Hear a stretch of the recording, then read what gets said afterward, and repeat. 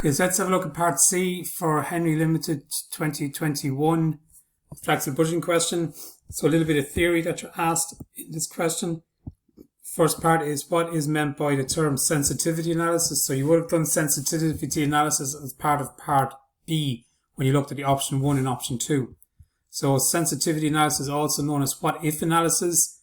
It's a technique used by management accountants to show the effect on profit brought about in the following changes in the following. So changes in the selling price, changes in the sales volume. So we would have looked at one of 115% capacity and 100% capacity.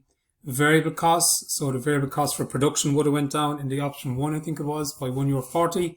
And your fixed costs in option 2 would have went down by 95% if they went to 115 capacity. So basically looking at what if, and what if our selling price went down, what effect would that have on our profit?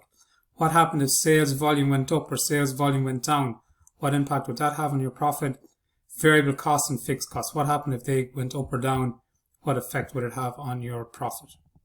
Outline why Henry Limited would prepare flexible budgeting. So 4 reasons. You kind of with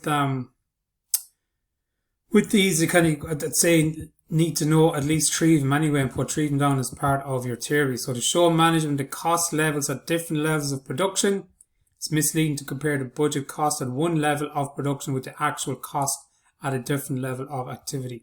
So kind of if you are comparing 90%, well then it should be 90% and not 90% for your budget and maybe 100% for your actual.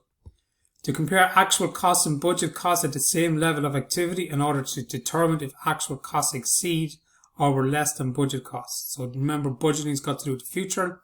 Then it actually happens. You want to see, do your budget costs meet your actual costs? What are the differences there? And if there was differences, why did that happen? So number 3, to compare budget costs and actual costs in order to identify variances. Variances are any differences. This allowed corrective action should be taken. So if your actual costs were higher than your budget, why did that happen?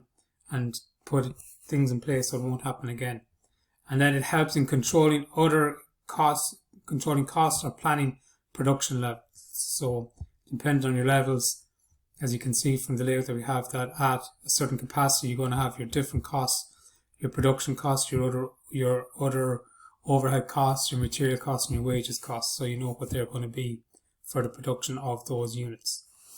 And that's your theory part. So theory is important if you're looking for H1, and I'd make sure I know at least 3 of these as part of it. So best of luck with that.